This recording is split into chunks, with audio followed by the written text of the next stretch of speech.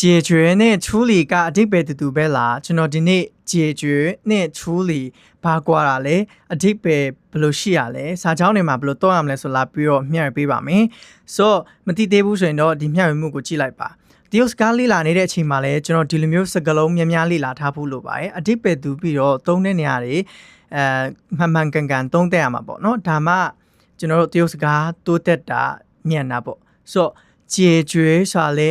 ဖြည့်ရှင်းသည်ပေါ့နော်处理ဆိုတာလဲကင်တွေဖြည့်ရှင်းသည်ဆိုတော့ဘာကွာတာလဲဆိုတော့ကြည့်အောင်解决ဆိုတာပြဿနာတစ်ခုခုကိုပြီးမြောက်အောင်ဖြည့်ရှင်းပေးတယ်ဥပမာကုမ္ပဏီမှာအလုပ်သမား2ယောက်ကရန်ဖြစ်နေတယ်အဲ့ထဲမှာလောက်ပန်ကပေါ့နော်တထေးကလာပြီးဖြည့်ရှင်းပေးအကိစ္စကပြီးသွားပြီဆိုရင်ကျွန်တော်问题已经解决了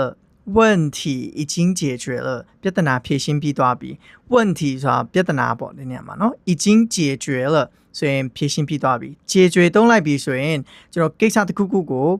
ပြဿနာတစ်ခုခုပြီးမြောက်အောင်ဖြည့်ရှင်းပြလိုက်တာ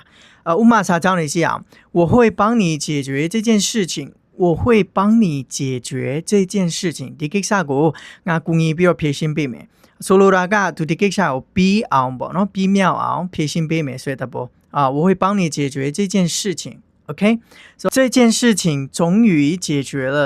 这件事情终于解决了ဒီကိစ္စကနောက်ဆုံးတော့ဖြည့်ရှင်းလို့ပြီးသွားပြီပေါ့နော်နောက်ဆုံးတော့ဒီကိစ္စဖြည့်ရှင်းလို့ပြီးသွားပြီ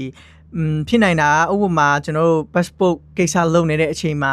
ပြဿနာအရင်ရှုပ်နေတယ်နောက်ဆုံးတော့ဒီပြဿနာဖြေရှင်းပြီးသွားပြီပြဿနာပျောက်သွားပြီပေါ့နော်ဖြေရှင်းပြီးသွားပြီဆိုရင်တော့这件事情终于解决了ဒီကိစ္စနောက်ဆုံးဖြေရှင်းသွားပြီ解决ဆိုတာကိစ္စတစ်ခုကိုပြီးမြောက်အောင်ဖြေရှင်းပြလိုက်တာပေါ့နော်ဆိုတော့处理ကြည့်အောင်处理ဆိုတာကြတော့ကိစ္စတစ်ခုခုကိုကင်တွယ်ဖြေရှင်းတယ်ဆိုတဲ့အဓိပ္ပာယ်ပေါ့နော်အဲ့မဲ့သူကကြတော့ကိစ္စတစ်ခုကိုဖြေရှင်းတယ်ပြီးမြောက်မယ်မမြောက်မယ်ဆိုတာကြတော့မသိချဘူးဒီကိစ္စကို